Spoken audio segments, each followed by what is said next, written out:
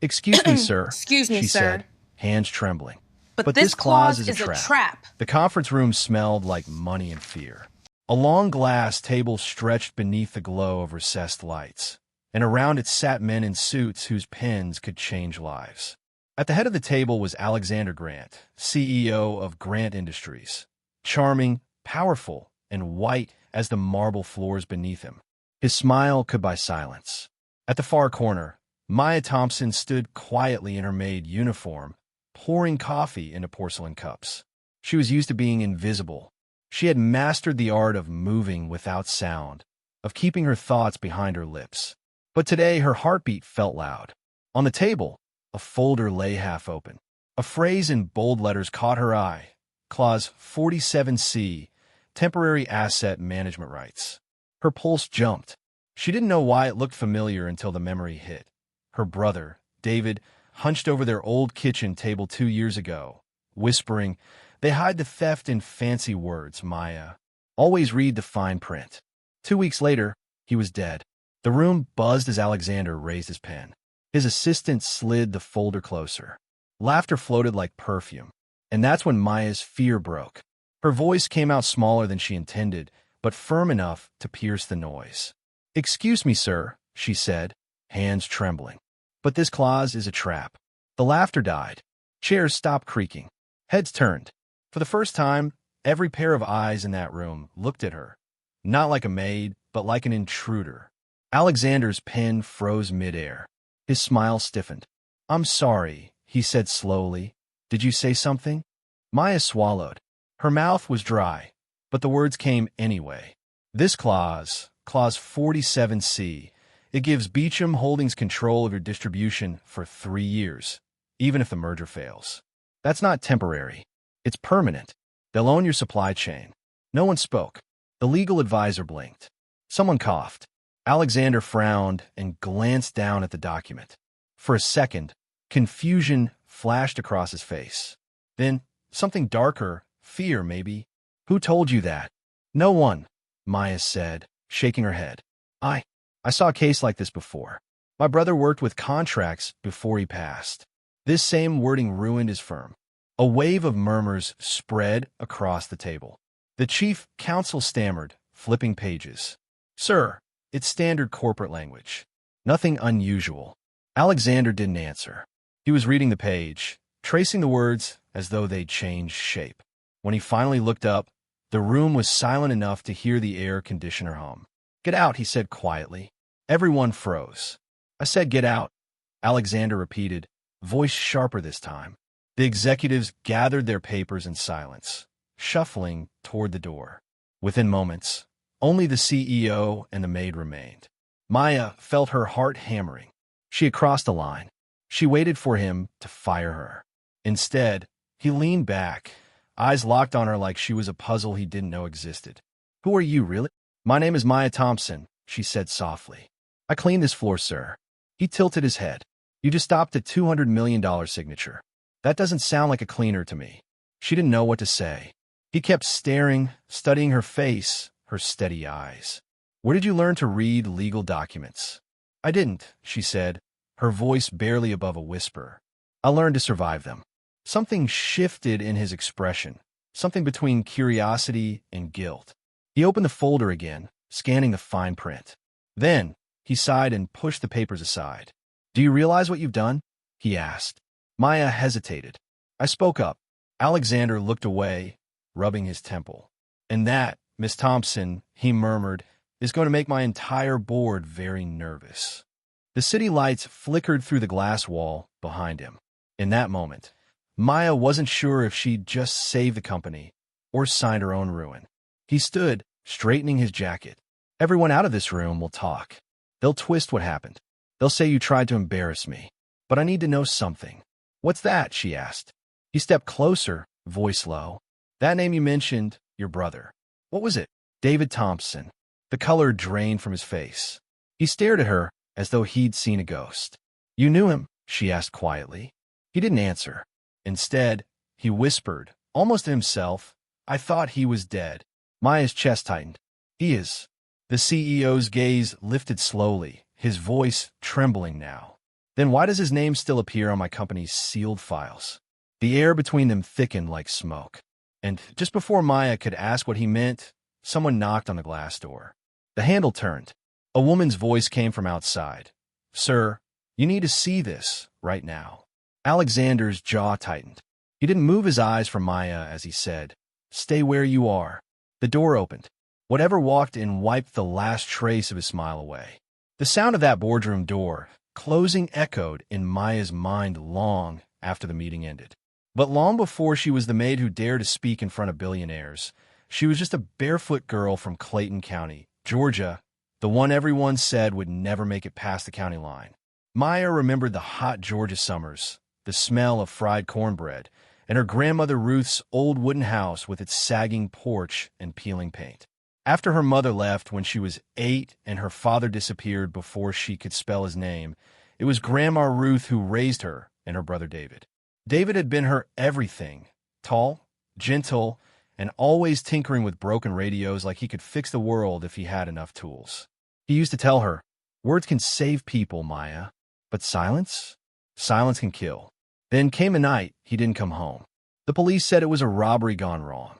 Grandma Ruth said it was a setup. And Maya, sitting on the front steps with her knees pressed to her chest, promised herself she would never stay silent when something felt wrong, no matter who tried to silence her. After David's funeral, life hardened. Grandma Ruth's pension barely paid the bills. Maya learned to stretch a dollar until it screamed. She cleaned houses, washed dishes, and later, after Ruth's stroke, took the job at Grant Industries through a janitorial agency. The building sparkled, but beneath the glass and marble, she could feel the quiet rot of arrogance. Every morning, Maya arrived before sunrise, pushing her mop down hallways that smelled like bleach and ambition. Executives passed her without seeing her. She was part of the furniture, expected to be silent, invisible, efficient. Still, she watched. She listened. She learned. She noticed which department heads spoke kindly and which ones didn't bother. She memorized faces, names, and documents that people left on tables too carelessly. Sometimes, during her lunch break, she'd sneak into the staff lounge and read financial printouts left behind, curious about the language of power. That curiosity unsettled people. One morning, while Maya was wiping down a conference table, Clara, a sleek blonde assistant, glanced at her phone and said loudly, "You know, Maya, it's funny how you look at those papers like you can actually read them." Maya forced a small smile. "I can read just fine, Miss Clara." Clara laughed, the kind of laugh that made other people join in even if they didn't know why. "Of course you can, sweetheart. Just maybe stick to your mop. Numbers can be tricky." The laughter followed her down the hall, but Maya had learned long ago, when you're used to being underestimated, you can use it as armor. That day dragged on until the afternoon when Clara cornered her again in the break room. The smell of burnt coffee filled the air. Maya had just finished scrubbing the counters when Clara strutted in, holding a steaming mug. "You know," Clara said, leaning against the counter, "you're too smart for your own good. Mr. Grant likes quiet staff, the kind who don't interrupt board meetings." Maya froze. "What do you mean?" Clara smirked. "Word travels fast. You made him look weak in front of his investors." "I didn't mean to." Before she could finish, the mug tipped. Scalding coffee splashed across her uniform, seeping through the thin fabric. The sting was immediate. "Oh my God," Clara gasped with fake concern. "It was an accident. You should really be more careful, Maya. These uniforms are expensive, right? Well, not for you, I guess." Maya stood there, trembling, the coffee dripping down her arm. Her first instinct was to cry. Her second, to scream. But she did neither. She just looked Clara dead in the eye and said quietly, "You'll regret this." Clara blinked, startled by the calm in her voice. "Excuse me." Maya didn't answer. She picked up the rag, wiped the counter clean, and walked out. But something had changed inside her, something fierce and quiet, like a storm gathering in the dark. As she passed the glass elevator, she saw her reflection, the coffee-stained uniform, the hurt in her eyes, and whispered to herself, never silent again. When she reached the hallway, she nearly collided with a man holding a folder. It was Alexander Grant. He paused, looking down at her uniform, then up at her face. His brow furrowed. "What happened to you?" he asked. "An accident," Maya said flatly. He nodded slowly, eyes narrowing as if he didn't believe her. "Meet me in my office tomorrow morning. 8 sharp." Her chest tightened. "Why?" "Because," he said, his voice low, "I checked that clause you mentioned yesterday. You were right, and I think someone inside my company wanted me to miss it." He turned and walked away before she could respond, leaving Maya standing there, coffee-stained, trembling, and suddenly aware that her quiet life had just cracked open. Rain used to calm Maya. The sound of it against Grandma Ruth's tin roof was her childhood lullaby. But that night, as thunder rolled over the city, the rain only reminded her of the night her brother David died. Back then, David had been 27, working as a paralegal for Beecham Holdings, one of Atlanta's biggest corporations. He was proud, too proud, maybe, of being one of the few black men in the office. He believed in law, in justice, in truth written in ink. But as months passed, something in him began to change. Maya could still see him sitting at their kitchen table, his tie loosened, eyes shadowed with worry. "Maya," he'd whispered one night, "this company isn't what it pretends to be. They're stealing pensions from retirees and hiding it behind shell accounts." "Tell someone," she had said. "Call the police." He gave a small, broken laugh. "You don't call the police on billionaires, kiddo. You collect proof and hope someone brave enough listens." 2 weeks later, his car skidded off a wet highway. They said it was an accident, but the brakes had been cut, and the whistleblower report he filed vanished from his laptop. Grandma Ruth screamed herself hoarse, trying to get answers. Maya buried her brother with nothing but questions. Now, sitting in her tiny apartment years later, Maya stared at the old leather notebook he'd kept, one of the few things she saved after his death. The pages were worn, filled with scribbles, numbers, and fragments of contracts. One line, faded but legible, made her heart stop. "Beecham Holdings is trying to merge with Grant Industries under false valuation. They'll bury debt under subsidiary names. Someone at Grant is helping them." Her hand trembled. Beecham Holdings. The same company from the boardroom. The same name hidden inside the contract she'd stopped Alexander Grant from signing. The memory of David's warning echoed in her head. "They hide the theft in fancy words, Maya. Always read the fine print." She closed the notebook and sat back, staring at the ceiling. Could this be the same operation that killed her brother? If so, why was Grant Industries, Alexander's company, tangled in it? She barely slept that night. The next morning, the city looked washed out, as if the sky itself carried secrets. Maya arrived at work early, the echo of her shoes in the marble hallway the only sound. She slipped quietly into the executive wing, where Alexander Grant's office sat like a glass fortress overlooking the skyline. His assistant wasn't there yet. That gave her a chance, a dangerous one. Maya glanced around, heart pounding, and stepped inside the office. The same polished table, the same folder. She remembered the way he had pushed it aside when she warned him. It was still there. Her fingers hesitated above the seal. One pull, and she could ruin everything, or finally learn the truth. She opened it. Inside were rows of documents marked confidential, Beecham Partnership Review. Her eyes scanned line after line until one signature caught her breath midair. David Thompson, her brother's name. His handwriting. She froze. No mistake, that was his signature. Her chest tightened as she flipped through more pages. There was again, this time next to an internal memo marked Witness Protection Draft Agreement.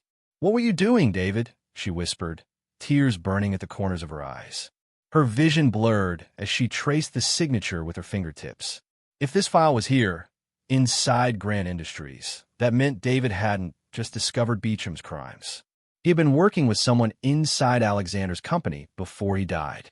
Someone who might have betrayed him. Suddenly, a sound, footsteps in the hallway. Maya stuffed the folder back together, her pulse racing. She had just turned toward the door when Alexander Grant stepped in, holding a coffee cup. His expression hardened when he saw her. "You're here early."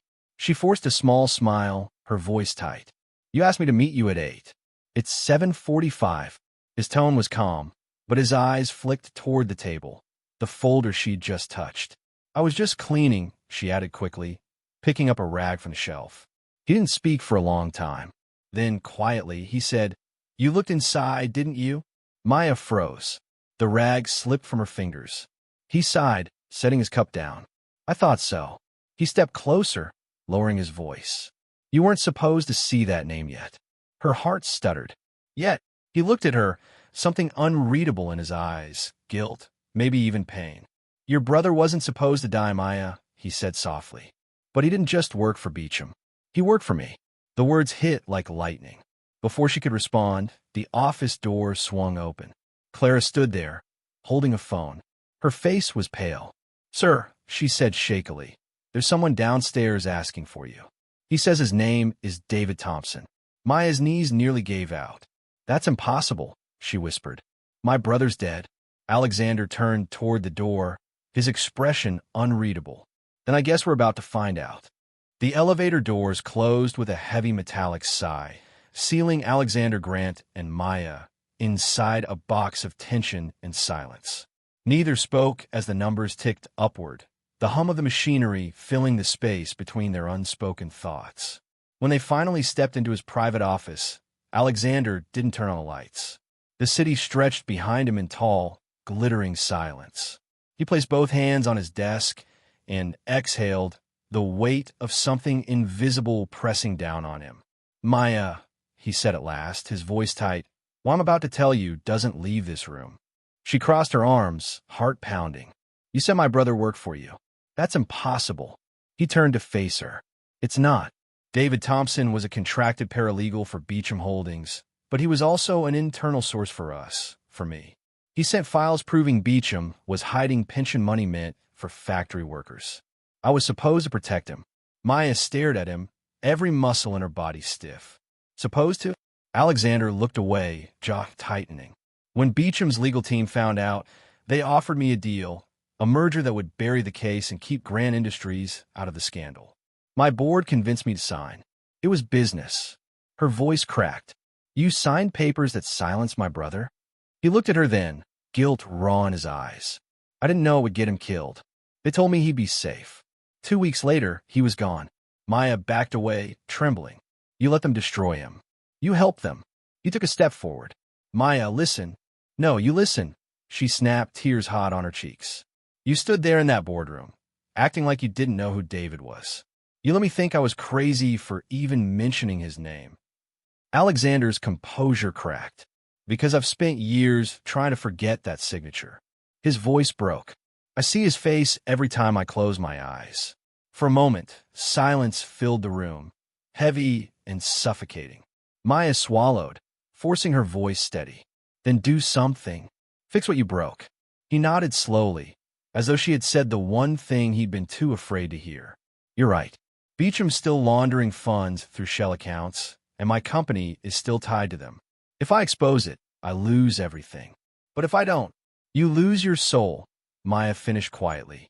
He looked at her, eyes tired, almost human now. "You sound like him," he whispered.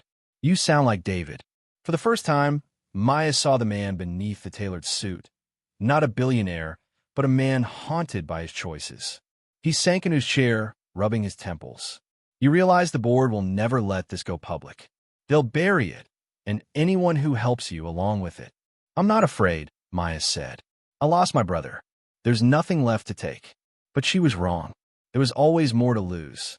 Later that evening, as she was leaving the building, Maya heard her name echo down the marble hallway. It was Clara, holding her phone with a triumphant smirk. "Well, well," Clara said. "Seems like your little secret's out." Maya frowned. "What are you talking about?" Clara stepped closer, lowering her voice. "The board knows you've been meeting privately with Mr. Grant. They're planning to leak a story to the press, that you've been seducing him to climb your way up." Maya froze. "That's a lie." Clara shrugged. "Doesn't matter. Truth doesn't trend. Scandal does." Her phone buzzed, and she smirked again. "They've already drafted the press release. CEO compromised by domestic worker. Catchy, isn't it?" Maya's hands clenched. "You can't do this." "Oh, I'm not doing anything," Clara said sweetly. "The board is." They said it's the only way to make this inconvenient situation disappear. The world tilted for a second. Everything she'd fought to protect, her brother's memory, the truth, was about to be twisted into filth. As Clara walked away, heels clicking like a countdown, Maya stood frozen in the empty hall. Her reflection in the glass wall looked like a stranger, a woman who had tried to do the right thing and was about to be destroyed for it. Then her phone buzzed. A text from an unknown number flashed across the screen. "If you want to survive this, meet me tomorrow.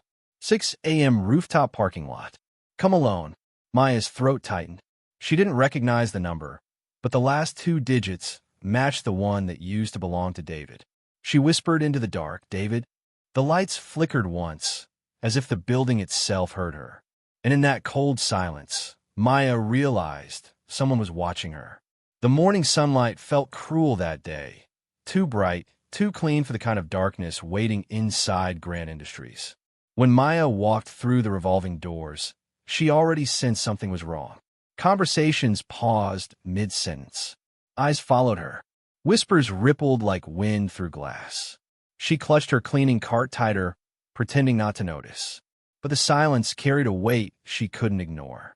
Then, as she turned the corner toward the lobby, she saw them, 2 security guards in black suits, standing stiff beside the front desk. Behind them, Clara stood with her phone in hand and a smile sharp enough to cut glass. "Maya Thompson," one of the guards said flatly, "you're needed upstairs." Her stomach dropped. She followed them, her shoes squeaking against the marble floor, up to the same boardroom where she had once stopped a $200 million mistake. This time, there was no folder, no laughter, just judgment. The board members sat in a cold row, their faces unreadable. Alexander Grant stood at the head of the table, hands clasped, looking like a man halfway between guilt and helplessness. "Maya," he began quietly, "please have a seat." She didn't. "What's this about?" Clara spoke before he could answer. "You know exactly what it's about. We received reports that you've been engaging in inappropriate relations with Mr. Grant to gain personal advantage." Maya's mouth fell open. "That's a lot." Clara's smirk widened. "Maybe, but perception is everything, sweetheart." The room buzzed with murmurs. The HR director cleared his throat. "Miss Thompson, effective immediately, your employment with Grand Industries is terminated. Security will escort you from the premises." Alexander flinched, but didn't speak. Maya's chest ached. "You just gonna let them do this?" she demanded. "You know I didn't." He opened his mouth, then stopped. The board's cold eyes were on him, and for all his power, he said nothing. That silence shattered her. Maya turned to the guards, blinking back tears. "You don't have to touch me," she said, her voice shaking. "I'll walk myself out." As she stepped into the hallway, whispers trailed her like smoke. "Guess she really thought she could play the boss. I heard he gave her money." Typical. Always trying to climb higher than their place. Each word stabbed, but she kept her head up. She wouldn't let them see her break. Downstairs, the receptionist avoided her eyes as she signed her termination papers. The guards followed her out into the sunlight. The heavy glass doors closed behind her with a final, echoing thud. She stood on the sidewalk, holding a small cardboard box with her few belongings. Her phone charger, a notebook, and a photograph of her and her brother, David, smiling in front of Grandma Ruth's house. The same photo that now felt like a farewell. Maya walked to the bus stop, her heart numb, her mind spinning. She'd lost everything. Her job, her dignity, maybe even her safety. That night, she packed a small suitcase in her apartment. A few clothes, the photo, and David's old leather notebook. The city lights blinked through the thin curtains as she zipped the bag shut. She had made up her mind. She'd leave Atlanta by morning. Start over somewhere no one knew her name. But as she walked into the parking lot, the world shifted again. Her car sat under the flickering streetlight. On the windshield was a folded piece of paper, fluttering in the breeze. Her heart thudded as she picked it up. No name, no signature, just 6 words written in a hurried scrawl. "You were right. They killed him." Her fingers went cold. She looked around the empty lot. Rows of silent cars, shadows stretching long. "Who's there?" she called out, her voice trembling. No answer, only the hum of the night. She unfolded the note again, tracing the words with shaking hands. The handwriting, slanted, precise, looked hauntingly familiar. David's. The paper slipped from her grip, carried by the wind beneath a streetlight that flickered once, twice, then went out. Somewhere in the distance, a car door slammed. And for the first time since her brother's death, Maya realized she was being watched. Not by enemies she could see, but by ghosts who refused to stay buried. Maya sat in her car long after the streetlight went dark, the note clutched tight in her hand. You were right. They killed him. The words pulsed in her head like a heartbeat she couldn't silence. Every instinct told her to run, to pack her bag, disappear, and never look back. But something deeper held her there, heavier than fear. David's voice. Don't let them bury the truth, Maya. And Grandma Ruth's softer one, from years ago. Baby, don't fight powerful men. They don't lose, they just reload. Those two voices warred inside her. Love and rage, caution and courage. She sat there trembling until the choice made itself clear. She couldn't walk away. Not now. Not when the truth was whispering through the shadows. At 1 a.m., the streets around Grant Industries were silent. The glass tower glowed faintly in the moonlight, reflecting the clouds that rolled low across the sky. Maya parked 2 blocks away and slipped through the side alley where the janitorial trucks used to park.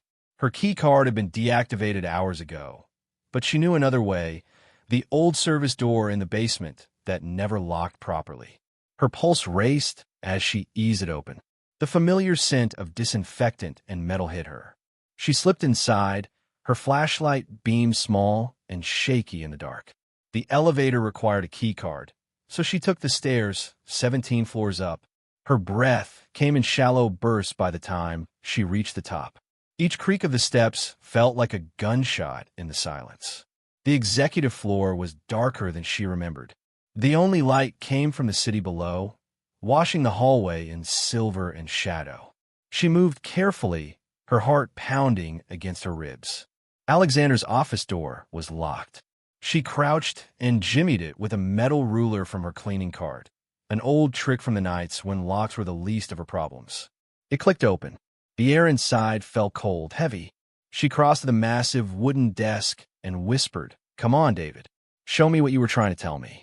She started searching, drawer by drawer, folder by folder. Beecham Holdings, pension funds, whistleblower reports, dozens of files, but nothing with his name.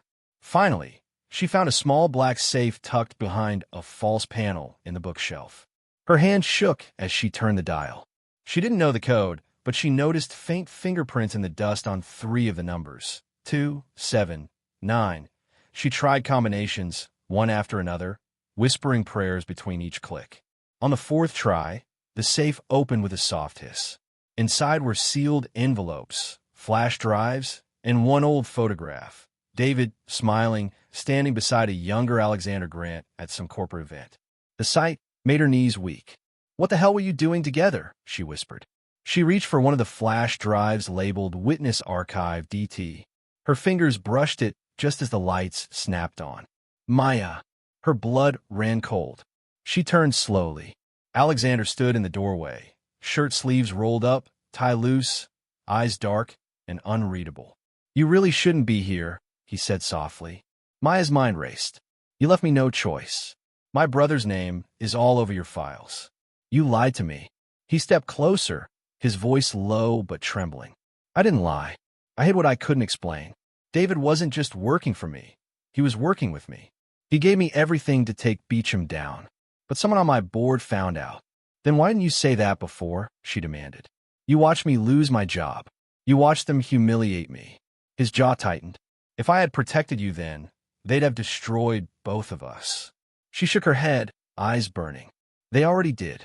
He sighed, running a hand through his hair. "Give me the drive." "No." She backed away, clutching it. "I'm done being silent." He took another step, his voice cold now. "You don't understand how dangerous this is. If the wrong person sees that—" "I don't care," she cut in. "You helped bury my brother once. I'm not letting you do it again." Something flickered across his face, guilt, pain, maybe even fear.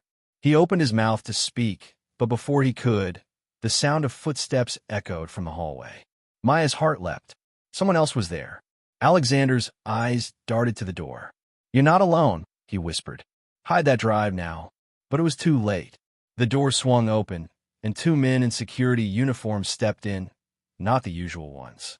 Their eyes were cold, their movements too rehearsed. "Mr. Grant," one said evenly, "we were told to check this floor. There's been a report of unauthorized entry." Alexander hesitated, then said calmly, "False alarm. Miss Thompson and I were reviewing some files." One guard's gaze lingered on Maya's trembling hands, the flash drive still visible. He smiled. "Then maybe we should review that, too." Maya's breath caught. She tightened her grip, and in that instant, she realized the men weren't here for Alexander. They were here for her. The tension in the room was thick enough to choke on. The two guards stood frozen for a heartbeat, eyes flicking between Maya, Alexander, and the open safe. Alexander's tone hardened. "That'll be all, gentlemen. Close the door behind you." One hesitated, clearly confused, but something in the CEO's voice, steel wrapped in authority, made them obey. The door clicked shut, and the silence that followed hummed with danger. Maya's pulse was still wild. She gripped the flash drive in her fist so tightly her nails bit her palm. He turned to her. "Give it to me, Maya. Please." "No." Her voice cracked, but she held her ground. "You already buried my brother once. You don't get to touch his truth again." Alexander exhaled, shoulders sagging. For a moment, the arrogance melted away. He didn't look like the man who owned glass towers and armies of lawyers. He looked human, exhausted, haunted. "You think I don't live with it?" he said quietly. "Every damn day I see his face." David was one of the few people who still believed I could do something good with this company. "Then why sign the papers that killed his report?" she shot back. His gaze dropped to the floor. "Because they gave me a choice. Either I protect the company, or they destroy everything I'd built, and him along with it. I told myself it was just business. I was wrong." The weight of his words hung between them. Maya swallowed hard. "You're telling me this now because you feel guilty?" "Because I'm done running," he said. "And because Beecham is not finished. They've been laundering funds through our subsidiaries for years." David found the first trail. "You just found the second." Her stomach twisted. "So what? You want to be some kind of hero now?" He looked at her, a flicker of something, respect, maybe even remorse, softening his expression. "No, I want to make it right." She hesitated, searching his face for deception, for the slick mask of a CEO manipulating his way out of trouble. But what she saw wasn't power, it was regret. Deep, unfiltered, ugly regret. Still, she didn't trust him. "So what's your plan?" she asked finally. He stepped closer. "We do it together. Quietly. I'll reopen the files through a secure channel. You'll help me track what your brother left behind. If we can link Beecham's shell accounts to Grant Industries, we can force a federal audit." Maya crossed her arms. A secret pact between a maid and a millionaire. Sounds poetic. Also suicidal. A small, humorless smile flickered across his lips. "Most truth is." Against her better judgment, she nodded. "Fine. But if you betray me again." "I won't," he said firmly. She didn't believe him, not entirely. But she believed in what David started. That was enough. By dawn, they had gathered what they could. Digital files, copy drives, handwritten notes from David's whistleblower folder. Alexander promised to secure the evidence in an off-site archive. Maya stayed behind to wipe any trace of their meeting. When she finally left the building, the first sunlight was breaking through the clouds. For the first time in weeks, she felt something like hope, fragile, trembling, but real. But hope doesn't last long in a world built on lies. That night, she returned to the office to continue her shift. The moment she stepped into the 17th floor hallway, her stomach dropped. The air felt wrong. Alexander's door stood wide open. She hurried in. The safe empty. The folders they'd copied gone. Even David's photograph had vanished from a shelf. "No," she whispered, rushing to the desk. Drawers pulled out. Papers shredded. A faint smell of burnt plastic hung in the air where the flash drives had been destroyed. On the desk, a single piece of paper lay untouched. Some ghosts are better left buried. Her throat tightened. Someone had been here. Someone who knew exactly what they were looking for. Her hands trembled as she dialed Alexander's number. No answer. Then her phone buzzed. An incoming text from an unknown number. It read, "He's gone. Don't come looking for him." Maya's knees buckled. The room spun. She clutched the desk for balance, her mind racing. Gone? What did that mean? Arrested? Kidnapped? Or worse? The shadows seemed to close in around her as she whispered, "David, what did you get us into?" Outside, thunder rolled across the city, low and distant, like a warning. The next morning, the world felt colder. The office that once buzzed with casual chatter now hummed with quiet suspicion. Alexander was still missing. No calls, no messages, not even a rumor. But the board acted calm, too calm, as if they already knew. Maya walked the hallways with her mop and cleaning cart, pretending to be invisible while every nerve in her body screamed for answers. She could feel eyes following her. Whispers. The hush that comes when someone becomes that woman. She tried to think. If someone broke into Alexander's office, destroyed the files, and sent that text, it had to be someone inside. Someone with access. In the reflection of a polished elevator door, she saw her own face. Tired eyes, streaked makeup, a woman who looked like she hadn't slept in days. But behind that reflection, down the corridor, a figure paused. A man in a navy suit, pretending to read his phone, but watching her every move. She turned, but he was gone. For the rest of the morning, she went about her duties. Wiping tables, emptying trash, listening. She caught fragments of conversations, compliance check, data breach, CEO under investigation. Each one made her chest tighten. When she entered the executive floor, the air was thick with perfume, cologne, and power. The people here walked fast and spoke faster, their smiles sharp as glass. At the far end of the hallway, two women from accounting whispered near the coffee machine. "I heard the maid's involved somehow." "No way. You think she'd even know what a whistleblower is?" She was seen leaving with Mr. Grant late that night. Maya froze, her hands gripping the mop. So that's the story now. They'd painted her as the problem. She took a slow breath and reminded herself what her grandmother used to say. When you're not supposed to be in the room, that's where the truth is hiding. That night, when most of the staff had gone home, Maya returned to the records room. The smell of toner and dust filled the air. She went through drawers, binders, old boxes, anything that might prove Alexander hadn't acted alone. But the deeper she dug, the clearer it became. This wasn't just a corporate cover-up. It was designed to keep people like her quiet. In Grant Industries, power didn't just come from money. It came from who got to speak and who was forced to serve coffee while the decisions were made. She found memos where white male executives were promoted for leadership potential, while women of color were denied raises for attitude issues. She found reprimand reports rewritten to make black employees look aggressive. She realized it wasn't random. It was the company culture. Racism here didn't scream. It whispered through policy. She sat on the cold tile floor, surrounded by evidence of centuries-old bias dressed up in corporate language. Her anger built like heat in her chest, slow, controlled, focused. Then she heard a sound, a click. Her heart jumped. The door was closing. She stood quickly. "Hello." No answer, just footsteps fading down the hall. She grabbed her cart, stuffed the documents into a trash bag, and pushed toward the exit. But when she reached the elevator, the bag felt lighter than before. She stopped. Something was wrong. She opened it. The documents gone. In their place, a sealed envelope with her name on it. Her breath caught. She tore it open. Inside were shredded papers, mixed with burned edges, and a photo of her face printed from the company's security feed. Her pulse thundered. Then the lights flickered. The cart made a faint click sound, metallic, sharp. Before she could react, boom! The cart exploded in a burst of flame and smoke, throwing her backward. The blast wasn't large, but the message was clear. When the sprinklers kicked in, Maya lay gasping, covered in soot, her uniform scorched. Around her, the remnants of the shredded papers floated like black snow. The building's alarm wailed, red lights flashing.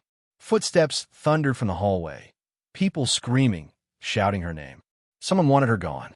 Not fired, Not silenced, erased. As she crawled to her knees, her vision blurred. But in the haze of smoke, she saw him, the man in the Navy suit again, standing by the stairwell, watching her with cold, unreadable eyes. He didn't move to help. He just turned and disappeared down the stairs. Her heart pounded. Whoever he was, he knew everything. And if she didn't move fast, she'd be next. Maya dragged herself up, clutching the railing, coughing through the smoke. "You picked the wrong maid," she whispered hoarsely. She limped toward the emergency exit, flames reflecting in her wide, determined eyes. The smell of burnt paper still clung to Maya's skin.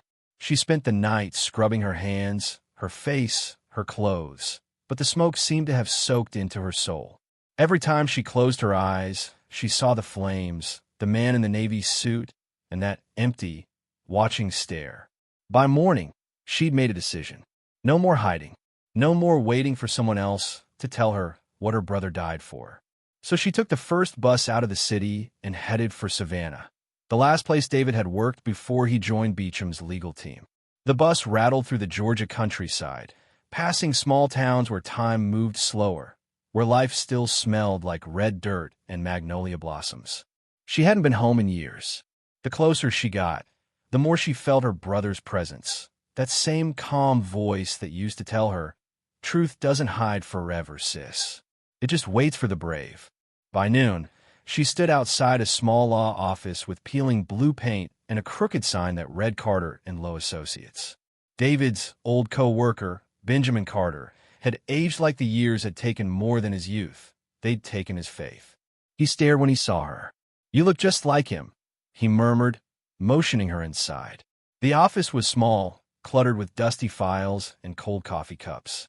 Benjamin poured her a glass of water and sat opposite her, his hands trembling slightly. "I always knew someone would come asking," he said quietly. "I just didn't think it'd be his sister." Maya leaned forward. "You were there when David filed his whistleblower report, weren't you?" He nodded slowly. He had proof: wire transfers, hidden accounts, internal memos linking Beecham Holdings to government contracts. But 2 weeks later, the case was buried. They said his evidence was fabricated. Then his car went off the bridge. She swallowed hard. "You think it wasn't an accident?" Benjamin's eyes met hers, full of years of guilt and fear. They paid off the investigators, the insurance adjusters, even the coroner. Beecham's lawyers came here with threats and checks. Some people took the money. Some disappeared. Maya's hands clenched. "And you?" He gave a bitter laugh. "I stayed quiet. That's my sin." For a long moment, neither of them spoke. The hum of the old air conditioner was the only sound. Then Maya reached in her bag and pulled out the burned photo of David she'd saved from the wrecked office. He tried to bring the truth to light. "Now I have to finish what he started." Benjamin's gaze softened. "That's what he would have wanted. He used to talk about you, you know. Said you had more courage than anyone he'd ever met." Maya blinked back tears. He believed people could change the world if they just stood up. Benjamin nodded, his voice barely a whisper. "Then maybe it's time someone finally did." Later that evening, Maya made her way to her grandmother's house, a small, weathered home wrapped in vines and the scent of baked cornbread. Grandma Ruth was waiting on the porch, her cane leaning against the rail. "Child," she said, arms open wide. "You look tired in your bones." Maya melted into her grandmother's embrace, the warmth of home washing away days of fear. Inside, they sat at the old kitchen table, sipping tea from chipped mugs. "I keep hearing his voice," Maya confessed softly, "like he's trying to tell me something." Ruth smiled sadly. "Your brother was born with a fire in his heart, but he always said the same thing, light over hate. Remember that, baby. Don't let the darkness make you one of them." Maya nodded, tears pricking her eyes. "But how do I fight something this big?" "By staying human," her grandmother said. "By refusing to be what they expect you to be, silent." The words sank deep. For the first time in a long while, Maya felt a flicker of peace. She stayed the night, listening to the crickets and the old house breathing around her, like the walls still remembered laughter. But peace has a way of leaving without warning. The next morning, as she opened the mailbox outside, a chill slid down her spine. There was only one envelope inside, No stamp, no return address. She tore it open. Inside was a single glossy photograph. It was her, pushing her cleaning cart at Grant Industries, eyes focused, unaware of the camera. Taken from behind, her hand shook as she flipped it over. On the back, written in neat black ink, were 5 words that made her blood run cold. "You're being watched. Stop digging." Maya looked up at the empty street, but suddenly it didn't feel so empty. The city was asleep when Maya returned. Midnight fog rolled through the streets, wrapping Grant Industries in a ghostly veil. From the outside, it looked peaceful, a tower of glass and ambition, glowing against the skyline. But Maya knew better. Monsters hid behind those windows. She stood across the street, her hoodie pulled tight, clutching a familiar key card, Alexander's. He'd given it to her weeks ago, in case of emergencies. Back then, she thought he meant cleaning emergencies. Now it was survival. Her heart pounded as she swiped it at the employee entrance. The green light blinked. Access granted. Inside, the building felt colder than usual, like it knew she didn't belong. She moved fast, her sneakers silent against the marble. When she reached the 20th floor, the doors to Alexander's office were already cracked open. She froze. Someone was inside. Maya.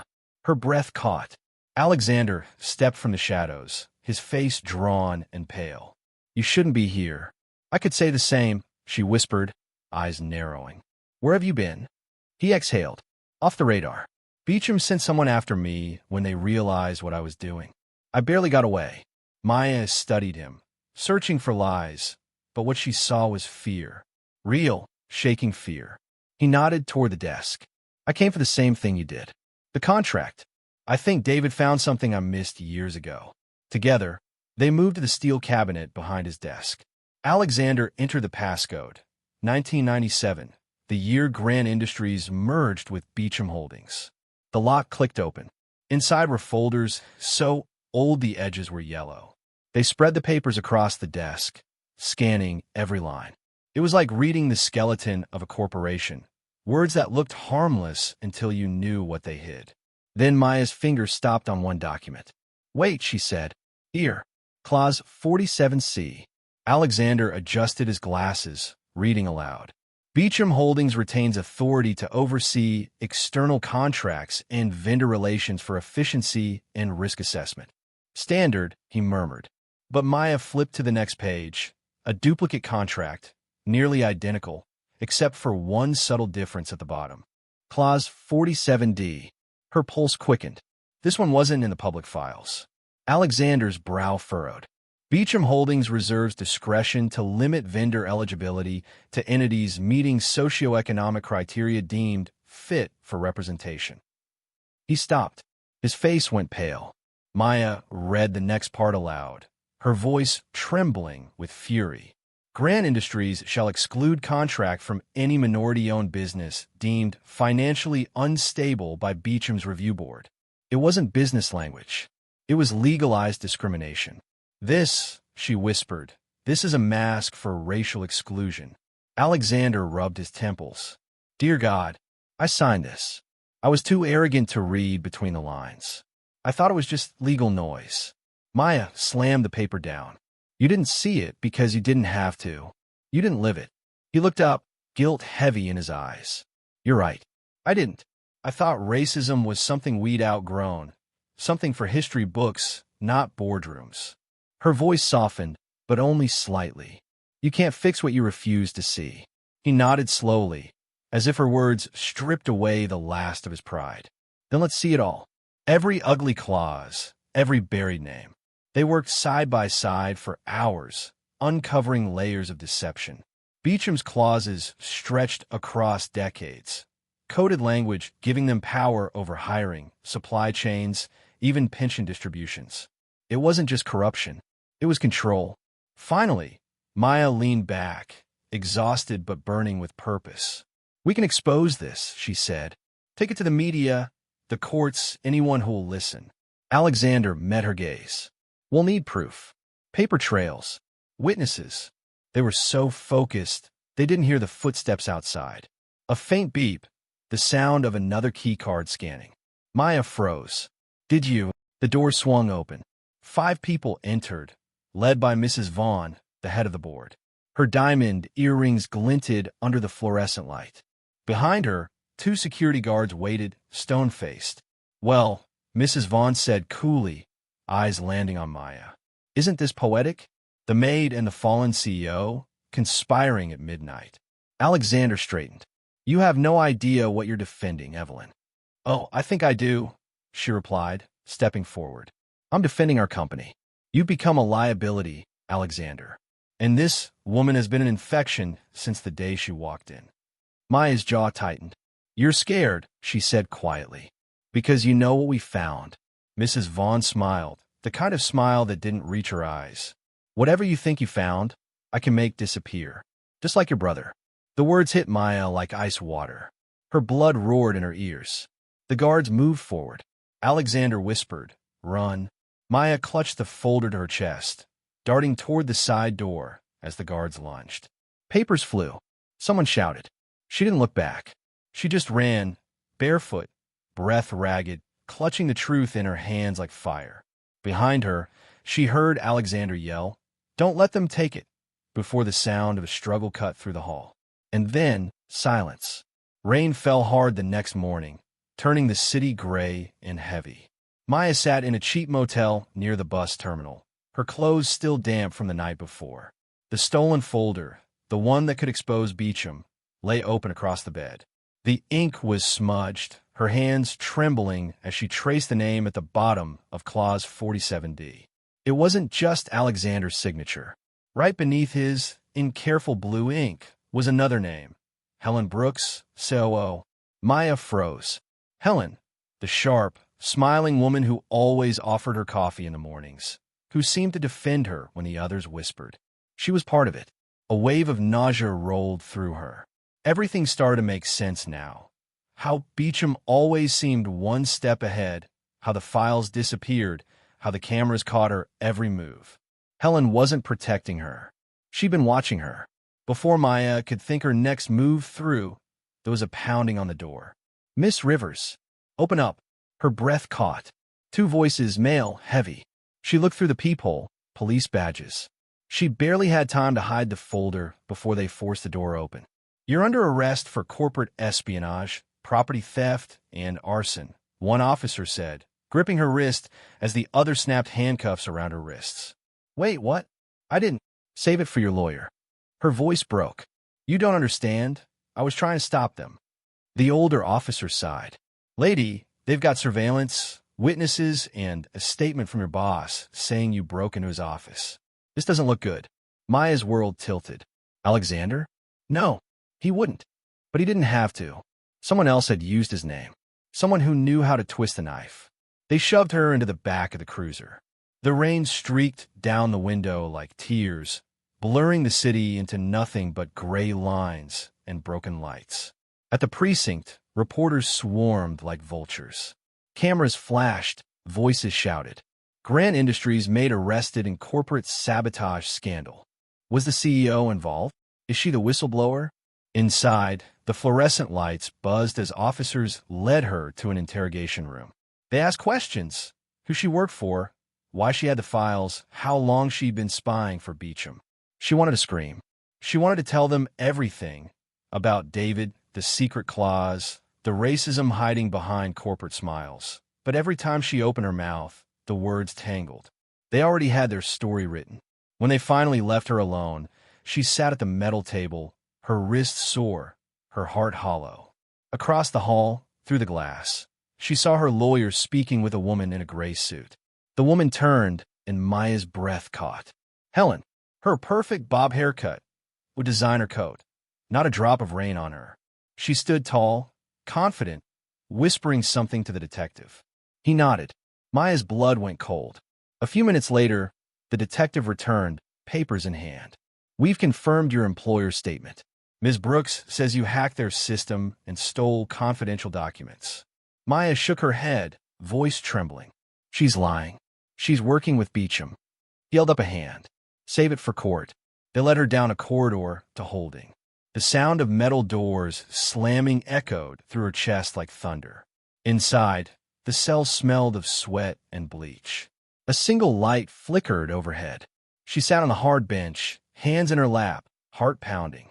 Everything she'd worked for, everything David died for, was slipping away. The hours dragged.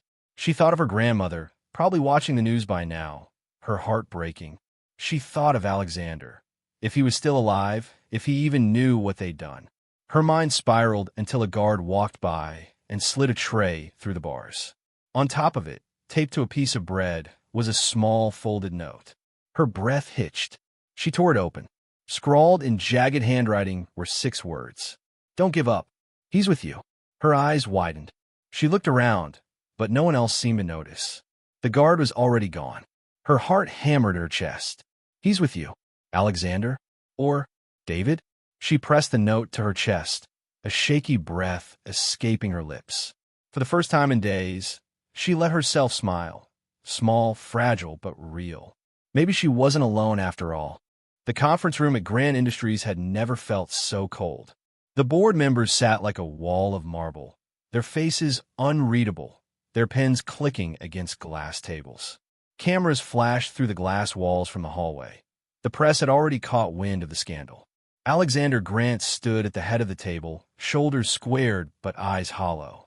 He hadn't slept in 3 days. His company, the empire he'd built on ambition and control, was unraveling before his eyes. "I called this meeting," he began, his voice low but steady, "to set the record straight." Helen sat opposite him, her expression perfectly composed. "You don't need to do this, Alexander. The legal team has everything handled." He turned to her, something raw flickering in his eyes. "You mean they've buried the truth again, like we did with David Rivers?" The room fell silent. Every head turned toward him. A few exchanged uneasy glances. The youngest board member shifted uncomfortably, whispering to his neighbor. Alexander took a slow breath. "Years ago, an internal report came across my desk, one that exposed Beecham Holdings' illegal clause targeting minority-owned suppliers. It was written by David Rivers. He died 2 weeks later." Helen's jaw tightened. "Careful, Alex. That's a serious accusation." He ignored her. "I silenced that report.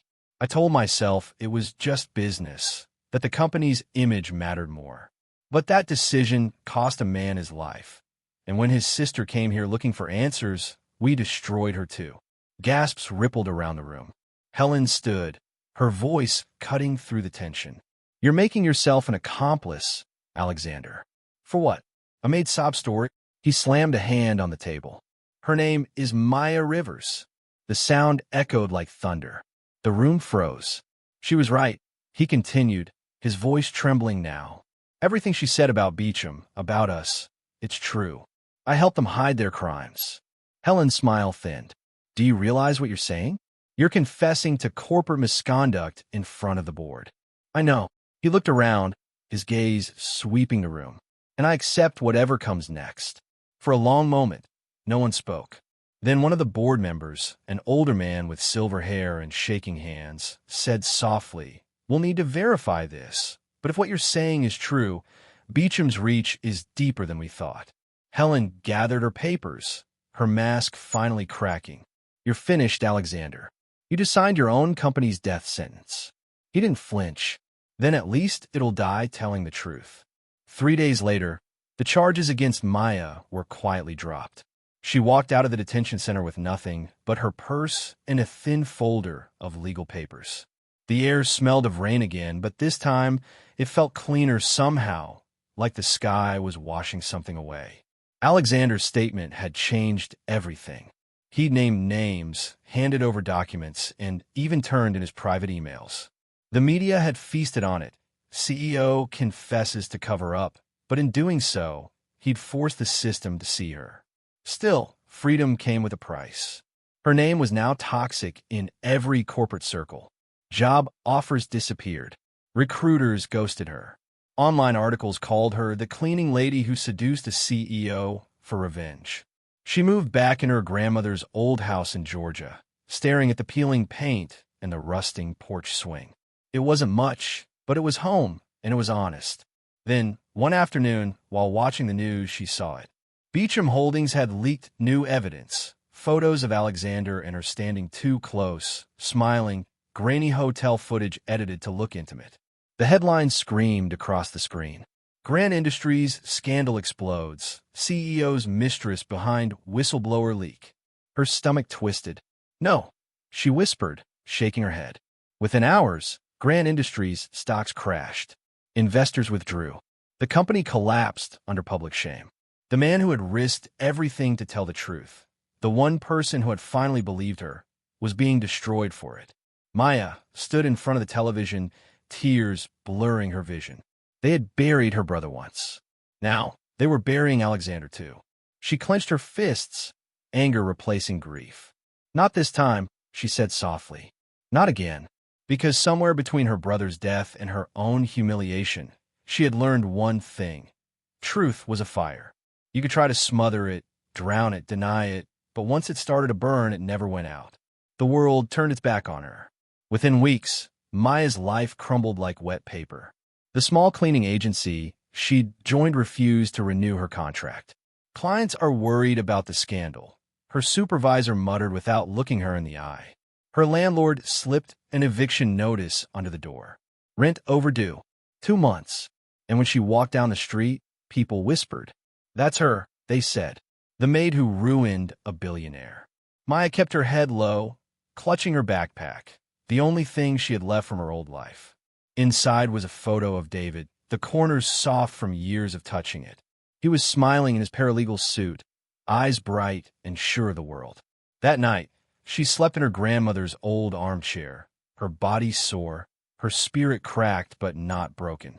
Somewhere deep inside, a flame still burned, small but stubborn. 2 days later, the news exploded again. Grant Mansion engulfed in flames. Arson suspected. The footage showed Alexander's estate swallowed by roaring fire, orange against the black night.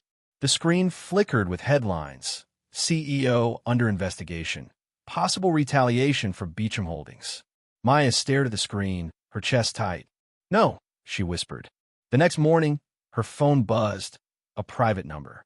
Meet me at Rosie's Diner. Noon. The voice was faint but familiar. The diner sat on the corner of a tired Georgia highway, the kind of place that smelled like burnt coffee and old secrets. The waitress gave her a long look, but said nothing as Maya slid into a booth by the window. Moments later, a man in a hooded jacket walked in. He looked older, gaunter than before. Smoke damage bruised the edges of his hands, and his once perfect suit was replaced with a thrifted coat. But the eyes, those gray-blue eyes, still carried that same guilt and fire. Alexander, Maya whispered. He sat down across from her, his movements slow, pained. They burned it. Everything. Every file, every record gone. Beecham. He nodded. Helen vanished. The board denies knowing anything. How about nothing left, Maya? No company, no home, no name. She studied him. The man who once towered above the world now looked human, small even. And yet, when he met her eyes, she saw something new. Not arrogance. Not guilt. Purpose. They think we're done, she said quietly. But they forgot one thing. He raised an eyebrow. What's that? She leaned forward. We don't scare easy. He gave a faint smile. No, we don't. For the first time in months, they laughed. Not because anything was funny, but because pain needed air to breathe. They spent hours sketching out what they knew. Names, connections, dates, every thread that led back to Beecham. Alexander knew their legal structure. Maya knew the people behind the contracts. For once, they were equals, partners. When the waitress dropped off the bill, she also slid something across the table, a small, weathered envelope. Lady outside said to give you this, she said. Said it's urgent. Maya frowned, tearing it open. Inside was a folded note and a small silver flash drive. The note read, I knew David. He trusted me.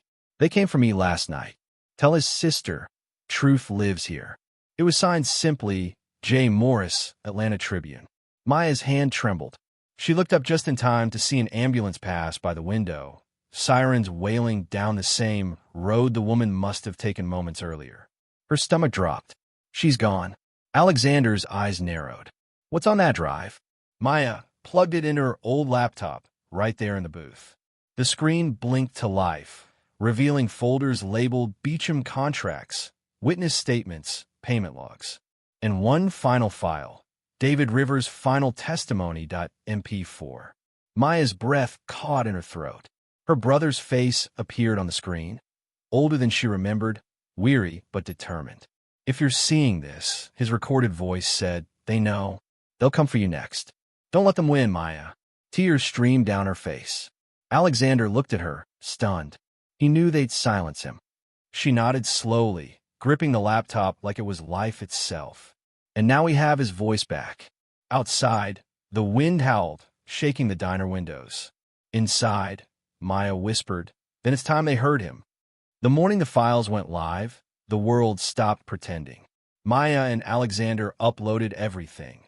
David's video, the contract logs, the hidden clause 47D. They didn't send it to just one journalist or one outlet. They released it everywhere, to hundreds of media contacts, civil rights groups, and social networks. The truth wasn't just whispered now. It screamed. Within hours, Beecham Holdings became a trending name of shame. News anchors read from the leaked documents with trembling voices. Photos of exploited workers, forged signatures, and hush payments filled every feed. Decades of racial discrimination hidden under legal contracts, one reporter said live from Washington. Beecham Holdings is accused of targeting minority contractors through a clause designed to strip them of bidding rights. People flooded the streets, not just in Georgia, but across the country. From New York to Chicago, signs rose in the air, "Justice for David Rivers." Truth has no rank. Maid or not, she spoke. Maya watched it all from a cracked laptop screen in her grandmother's living room. The same couch where she'd once wept over David's death now carried her tears of relief. Alexander sat beside her, unshaven, exhausted, but alive in a new way. "You did it," he said softly. She shook her head. "We did it." For the first time, she felt the weight of her brother's fight lift from her chest. The world finally knew.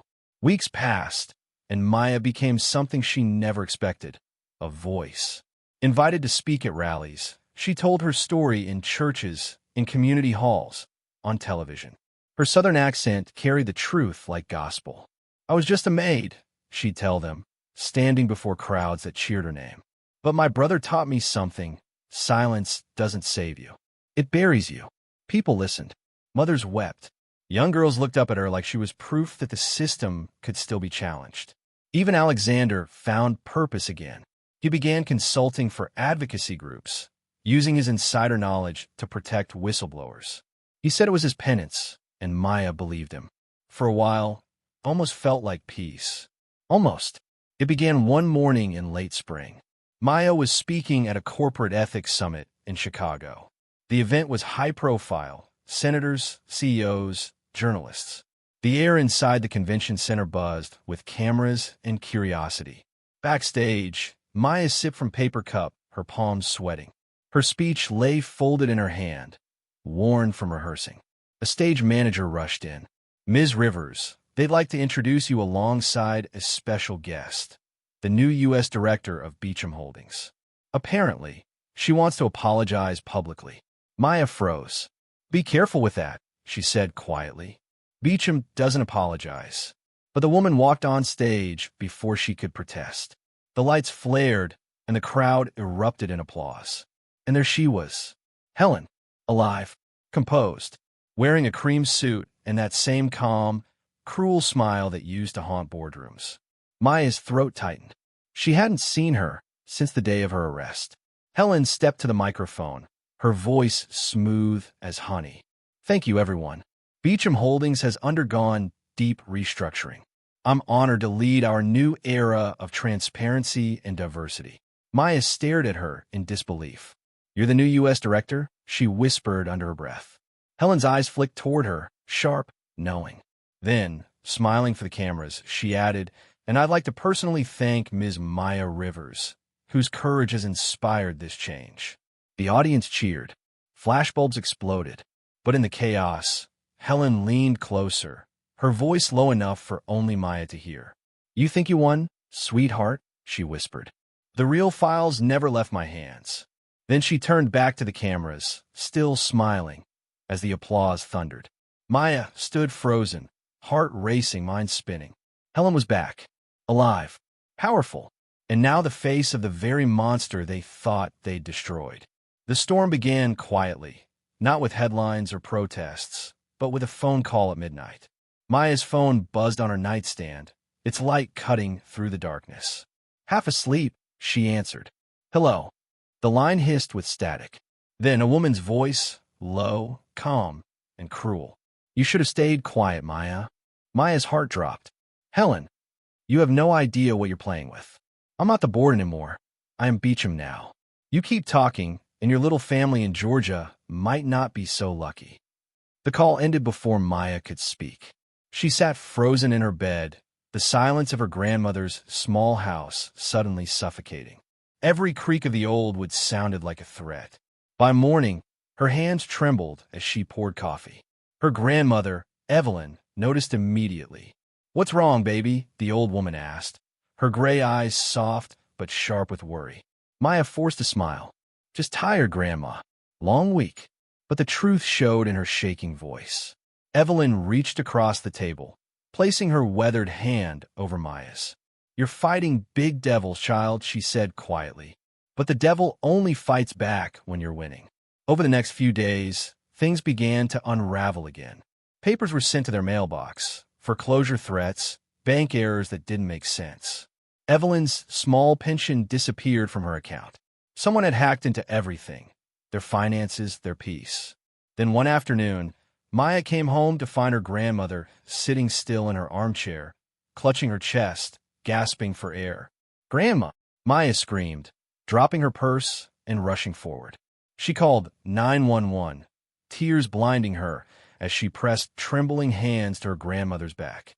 The paramedics arrived fast, but her heart was already weak, too weak. At the hospital, Maya sat in the sterile hallway, numb, staring at the white floor tiles as if they could offer answers. The doctor's words felt like echoes. "Stress-induced cardiac episode. We're doing everything we can." When Alexander arrived, she barely looked up. He sat beside her, silent at first. Then, softly, "I'm sorry." Maya turned her head, eyes red. "Helen did this." He nodded slowly. "I know." For a long moment, neither spoke. The air between them was heavy, not just with grief, but with the kind of truth that breaks people open. Finally, Alexander whispered, "I need to tell you something." Maya frowned. "What?" "When you first came to work at Grand Industries, I didn't really see you. Not as a person, not as someone who mattered. You were just part of the background, part of the service." She stared at him, her lips tightening. "I was raised in a world where people like me looked past people like you," he continued, voice shaking. "And I didn't even realize how blind I was until it was too late." Maya swallowed hard. His honesty hit something raw in her. Not forgiveness, but understanding. "You see me now?" she asked quietly. He looked her straight in the eyes.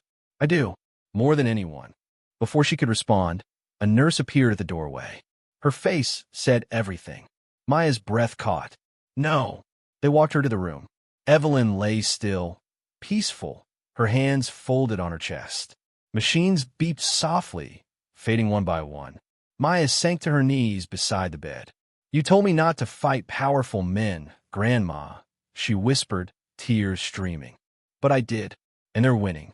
The nurse gave her a moment, then gently placed something in her hand. Evelyn's wedding ring, cold and small. As Maya leaned closer to say goodbye, her grandmother's lips parted faintly, one last breath escaping. "Don't stop now." Then she was gone. The room fell silent except for Maya's sobs. Alexander stood in the doorway, head bowed, guilt painted across his face. Maya pressed her grandmother's ring to her chest, her grief shifting, not into despair this time, but into fire. They had taken her brother, now her grandmother. Helen thought she could bury the truth again. But Maya wasn't burying anything anymore.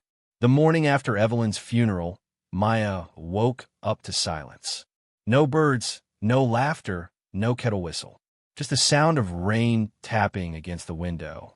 Her grandmother's chair sat empty in the corner, her shawl still draped over the arm. The loss hung heavy in the air, thick enough to choke on. But beneath the grief, something new began to burn. She looked at her reflection in the cracked mirror, tired eyes, swollen from crying, but alive. "No more," she whispered. "You don't get to take anyone else from me." That afternoon, Maya turned her sorrow into war. She opened her laptop and began uploading everything. Videos, documents, screenshots, every shred of corruption tied to Beecham Holdings. She didn't send it to the press this time. She sent it to the people. Twitter, TikTok, Instagram, Reddit. Under the hashtag the Closet Buried, she posted a clip of David's testimony, his face flickering across the screen like a ghost returned to life. If you're watching this, you need to know, this company doesn't just silence whistleblowers. It targets them. Within hours, the video exploded across the internet. Millions watched. Thousands shared. People demanded answers. Maya posted again, her voice steady as she stared into the camera. "My name is Maya Rivers. My brother died fighting for justice. My grandmother died under their threats. I'm not hiding anymore." The clip went viral. News anchors debated her courage. Hashtags trended worldwide. Lawyers began volunteering to reopen Beecham's discrimination cases. It was no longer just her battle. It had become a movement. For the first time, Alexander smiled again. "You did it," he told her one evening as they stood in front of the glowing computer screens. "You woke them up." Maya shook her head, her tone calm but fierce. "We woke them up. Now they'll have to face what they built." They spent the following week traveling, rallies, interviews, late-night podcasts. The story caught the attention of lawmakers. Civil rights attorneys reached out, offering protection and resources. America was finally listening. But with every rise comes the shadow of the fall. One night, after a long interview in Atlanta, Maya drove home alone. The road was dark, the air thick with fog. Her hands gripped the steering wheel tight, her grandmother's ring glinting in the dashboard light. The radio hummed softly, a slow gospel song, the kind her grandmother used to hum when she was nervous. Then she noticed the headlights behind her. Close, too close. She changed lanes. The car followed. Her heart began to pound. She sped up. So did they. Her phone buzzed, a message from an unknown number. "Should have listened when she warned you." Maya's breath hitched. She slammed her foot on the gas, tires screeching as the other car swerved dangerously close, its headlights flooding her rearview mirror. The road curved sharply ahead, leading into the woods. She turned the wheel hard, nearly losing control as branches scraped against her windshield. The car behind her didn't slow. She could see the driver now, a man in a dark cap, face shadowed, one hand steady on the wheel. "Come on, Maya," she whispered to herself. "Don't you dare quit now." She spotted a narrow dirt path veering off the main road, barely wide enough for one car. Without thinking, she took it. The tires bounced over rocks and mud as she drove blind through the trees. For a few terrifying seconds, she thought she'd crash. Then, the headlights disappeared. Silence. She stopped the car, chest heaving, eyes wide. The forest was quiet again, too quiet. Her hands trembled as she pulled out her phone and dialed Alexander. He answered on the first ring. "Maya." Her voice broke. "Someone has tried to run me off the road." There was a pause, then his voice hardened. "They're desperate. You hit them where it hurts. Stay where you are. I'm coming." Maya leaned her head against the steering wheel, tears slipping down her face. She could still smell the smoke from her brakes, feel the echo of fear in her chest. But beneath the terror, she felt something stronger. Resolve. They could threaten her, chase her, try to scare her silent again. But she wasn't that Maid anymore. She was the storm that refused to be swept away. Maya didn't sleep that night. She sat wrapped in a blanket in Alexander's car, parked behind a quiet gas station just outside Atlanta. The headlights were off. The air still smelled of smoke and wet asphalt. Alexander had driven for hours, checking mirrors every few minutes, scanning for taillights that never came. When he finally stopped, the exhaustion caught up with both of them, but not peace. "They wanted you gone," he said quietly, staring out the windshield. This wasn't just a warning. This was a hit. Maya hugged her knees, her voice trembling. "Then we hit back. By morning, Alexander's tired eyes had turned cold with determination. He wasn't just a CEO anymore. He was a man who had seen too much and lost too much to turn back. They rented a room under a fake name, a small roadside motel with flickering lights and a broken vending machine. Inside, Alexander opened his laptop and began typing furiously. "What are you doing?" Maya asked. "Hacking Beecham's servers," he said flatly. "I still know the architecture. Helen might have replaced me, but she doesn't know how much I've built myself." Maya blinked. "You can do that." He gave her a small, humorless smile. "You'd be surprised what guilt teaches you." For hours, he worked in silence, fingers flying across the keys, eyes glued to lines of code and encrypted files. Maya watched, pacing, every sound outside making her flinch. Finally, his screen lit up with a flood of documents. "I'm in. What are we looking for?" He scrolled fast, opening folders labeled Internal Security, Public Control, Containment Strategy. Then his face darkened. "Here," he said. "Read this." The document was titled Operation Quiet Hand. Maya leaned closer. The file detailed plans to track and silence whistleblowers and digital agitators connected to the Beecham scandal. There were timestamps, routes, even payments made to contractors for untraceable intervention. Her stomach twisted. So it was them, the car that followed me, the threats. Alexander nodded grimly. They're not just protecting their image. They're protecting a billion-dollar cover-up. And you, Maya, he hesitated, eyes softening. You're their biggest problem. She swallowed hard, tears stinging her eyes. Then it's not just me they're afraid of. It's the truth. He looked at her, and for a moment the tension broke. David will be proud of you. Maya smiled faintly, feeling warmth rise in her chest. I can almost hear him sometimes. It's like he's still here, pushing me forward when I start to shake. Alexander nodded slowly. Maybe he is. For a fleeting second, there was peace. The kind that comes from being exactly where destiny meant you to be. Then, everything shattered. The motel TV flickered on, static, then an emergency broadcast feed. The reporter's voice trembled as she spoke. Breaking news. Helen Brooks, CEO of Beecham Holdings U.S., has released a live statement regarding the ongoing scandal. Alexander froze. That's her. They turned the volume up. Helen stood behind a podium, elegant and composed, her smile razor-sharp. Cameras flashed as she leaned into the microphone. Beecham Holdings condemns the recent cyber attack on our private servers, she said smoothly. We believe this attack was orchestrated by former CEO Alexander Grant and a known criminal associate, Maya Rivers. Maya's mouth fell open. She's framing us again. But then, Helen's tone shifted, colder, crueler. Since Mr. Grant seems so eager to expose our company, she said, pausing just long enough to twist a knife, perhaps he'd like to explain this. The camera angle changed. A second feed appeared, grainy footage from a phone camera, showing a young girl sitting in a dimly lit room. Handbound, tears streaking her cheeks. Maya's blood ran cold. Who is? Alexander went pale. Oh my God. The girl's voice cracked through the speakers. Dad, please, I'm scared. Maya's breath caught. Alexander, is that?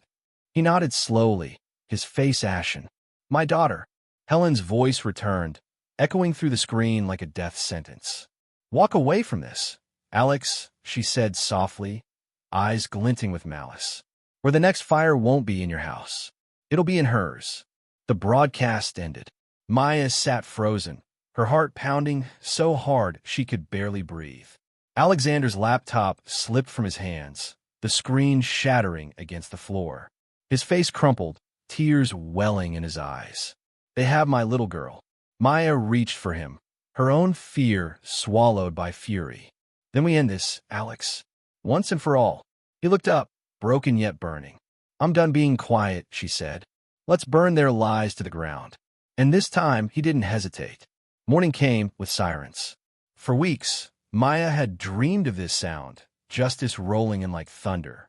But when it finally came, it didn't feel triumphant. It felt like the storm before the end. From a secure van parked across from Beecham Holdings' glittering Atlanta tower, Maya watched as FBI agents flooded the glass entrance. Their dark jackets, emblazoned with yellow letters, formed a swarm around the building. Helicopters circled overhead. Cameras flashed. Reporters shouted. Beside her, Alexander sat rigid, jaw clenched. His daughter had been rescued hours ago from a warehouse on the outskirts of the city, frightened but alive. Maya had never seen a man cry like that before, silent and raw, clutching the little girl like he was afraid she'd vanish. Now, he looked like someone who'd aged 10 years overnight. "It's happening," he murmured. "It's finally happening." Maya nodded, heart pounding. For David. For everyone they buried. Inside, chaos unfolded. Helen Brooks, dressed in immaculate white, stood in her glass office as agents burst through the door. Her composure cracked instantly. "You can't do this," she screamed, voice echoing off marble. "Do you know who I am?" An agent replied calmly, "Yes, ma'am. That's exactly why we're here." Maya could almost see it through the van window, the moment Helen's empire collapsed. The woman who had moved through boardrooms like a queen now had her hands cuffed behind her back, hair falling out of place, eyes wild. And then, as cameras caught her being escorted out, Helen's gaze locked straight onto the van. She didn't need to see clearly to know. She knew. Her voice ripped through the air, venomous and ragged. "Maya Rivers." The sound of her name sent a chill through Maya's spine. Helen thrashed against the agents. "You think you've won? You think you can destroy me?" The reporters went wild. Microphones thrust forward, capturing every word.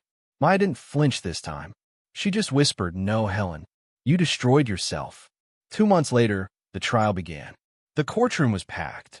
Media, victims, lawyers, and families of those whose careers and lives Beecham had crushed.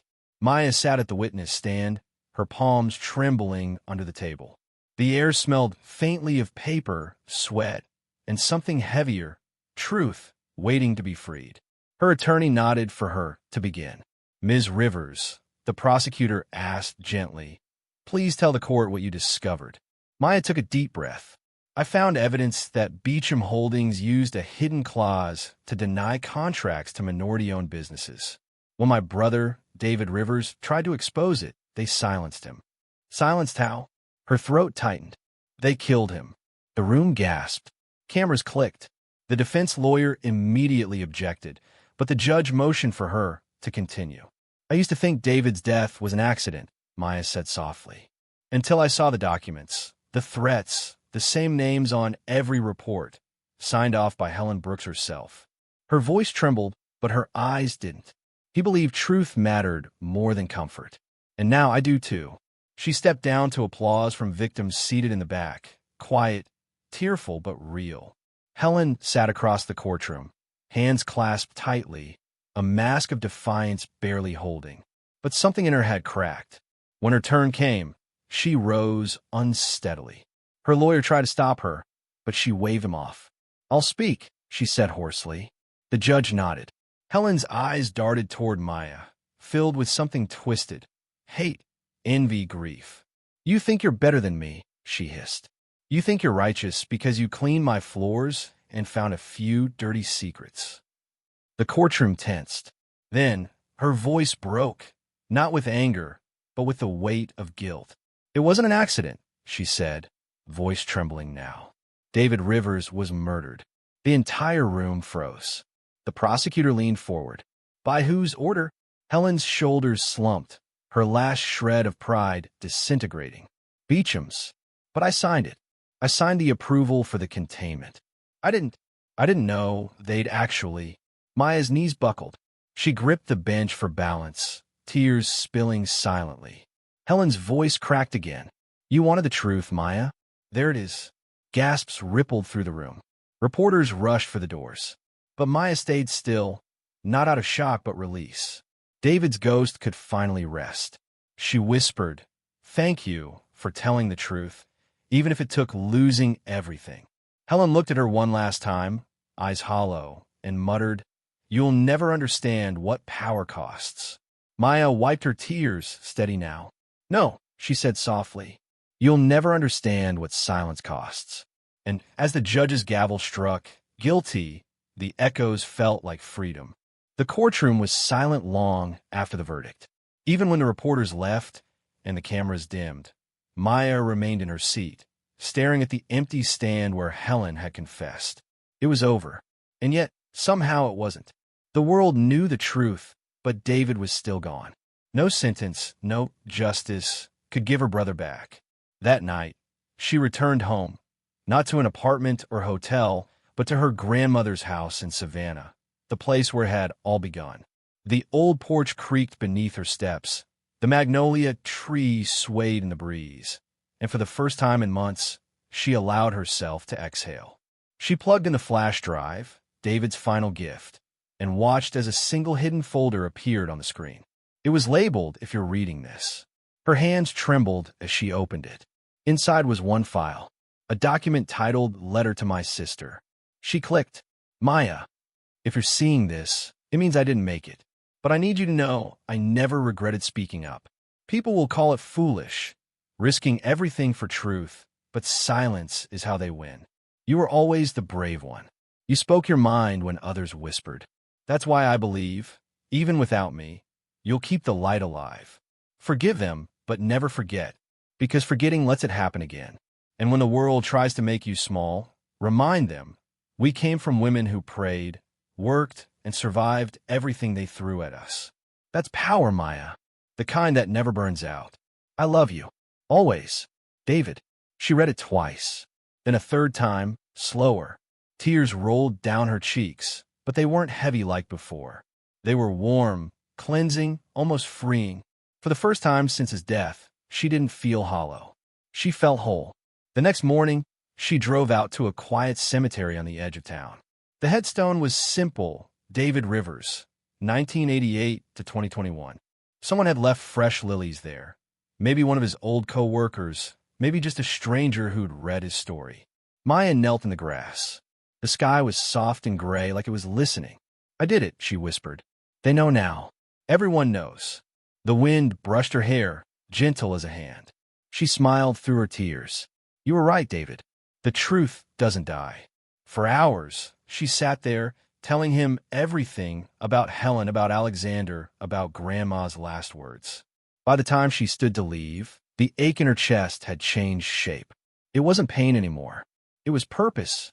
Days later, the world was still reacting. News outlets called her the maid who exposed the giants. Corporations scrambled to clean their hands. Laws were being rewritten. And yet, behind all the noise, darkness was still moving. That evening, her phone buzzed. The number was unknown. She hesitated before answering. Hello. A deep voice replied, smooth and unsettling. Ms. Rivers, this is Jonathan Beecham. Her pulse froze. The CEO himself. She stood from her chair, every nerve alert. What do you want? He sighed almost casually. Closure. For both of us. Closure, she repeated. Yes, he said. I want to make this all go away. You made your point. I'll wire a substantial sum to your account, say $5 million. Enough to start fresh. All you have to do is stop talking. Stop digging. Let in here. Maya's hand tightened around the phone. The offer felt poisonous, slick with arrogance. You're offering me hush money, she said, her voice calm but cold. I'm offering you peace, he replied smoothly. You're young, smart. Don't ruin your future chasing ghosts. She almost laughed, a dry, sharp sound. My brother's not a ghost, Mr. Beecham. He's the reason you're standing in the dark right now. His tone shifted, harder. Be careful, Ms. Rivers. There are still people loyal to me. People who don't forgive easily. Maya took a breath, her heart pounding like thunder in her ears. Then they should hear this clearly. I'm not afraid of you. Not anymore. She hung up before he could answer. For a long moment, she stood in her living room, staring out the window at the fading sunset. Forgive them, but never forget. David's words echoed in her mind like a vow. Not one of vengeance, but of vigilance. Because truth didn't just win once. It had to keep fighting, and she wasn't done yet. As the last light faded over Savannah, Maya whispered, the war isn't over. The offer haunted her for days, not because she was tempted, but because it proved something deeper. Evil doesn't vanish when it's exposed, it adapts. Maya could have taken that 5 million, disappeared, and lived quietly somewhere warm and far away. But that would have meant letting David's sacrifice fade into another headline lost in time. She refused to let that happen. Instead, she turned his words into action. 3 months later, standing in front of a crowd of cameras and supporters in downtown Atlanta, Maya Rivers cut the ribbon to officially open the Rivers Foundation for Justice, a nonprofit dedicated to protecting whistleblowers from marginalized communities. Behind her, a banner read, "Truth Needs Defenders." The crowd erupted in applause as she stepped to the podium.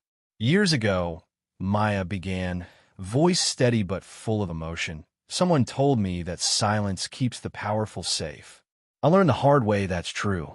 But I also learned that truth, no matter how small, no matter how whispered, can tear down empires. She paused, eyes glistening. This foundation isn't about revenge.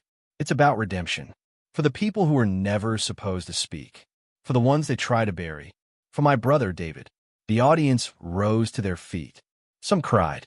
Others held up signs that read, "Light over hate," the same words David had once written in his journal. Later, in the quiet of her new office, Maya sat behind a modest wooden desk. The walls were lined with framed newspaper headlines. The maid who brought down Beecham, justice for David Rivers, a new voice for the voiceless. She looked around, still in disbelief at how far she'd come. A knock at the door drew her attention. It was Alexander. He looked older, calmer, like a man finally at peace. "Beautiful speech," he said, smiling faintly. "Thank you," she replied. "Couldn't have done any of this without you." He chuckled softly. "You could have. You just didn't know it yet." Maya tilted her head.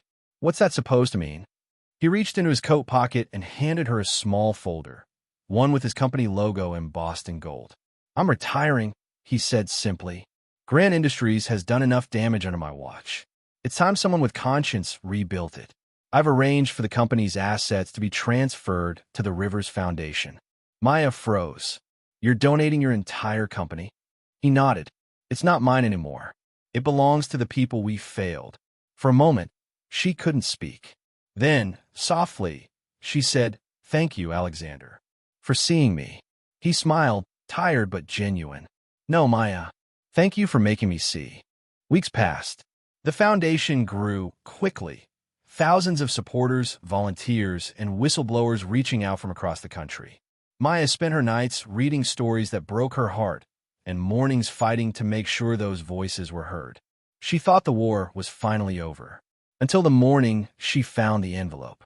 It was sitting on her desk, plain, unmarked, with only a red stamp in the corner. Confidential. Her pulse quickened. She opened it carefully, pulling out a single sheet of paper. Across the top, bold and sharp, were the words, Clause 47D, reinstated. Her stomach dropped. The same clause that had cost her brother his life, rewritten, reborn, and signed by a new name she didn't recognize. For a long moment, Maya just stared at it.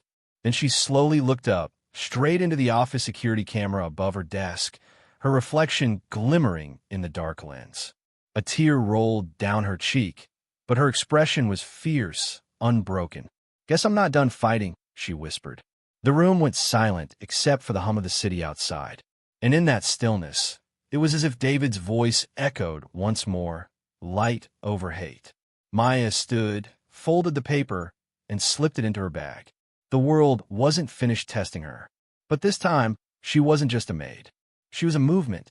She grabbed her coat, opened the door, and stepped into the sunlight, ready for the next battle. If this story moved you, don't scroll away yet. Subscribe. Watch the next video in our series of powerful, emotional stories about truth, courage, and redemption. Click it now. And remember, some fights never end until someone dares to keep speaking.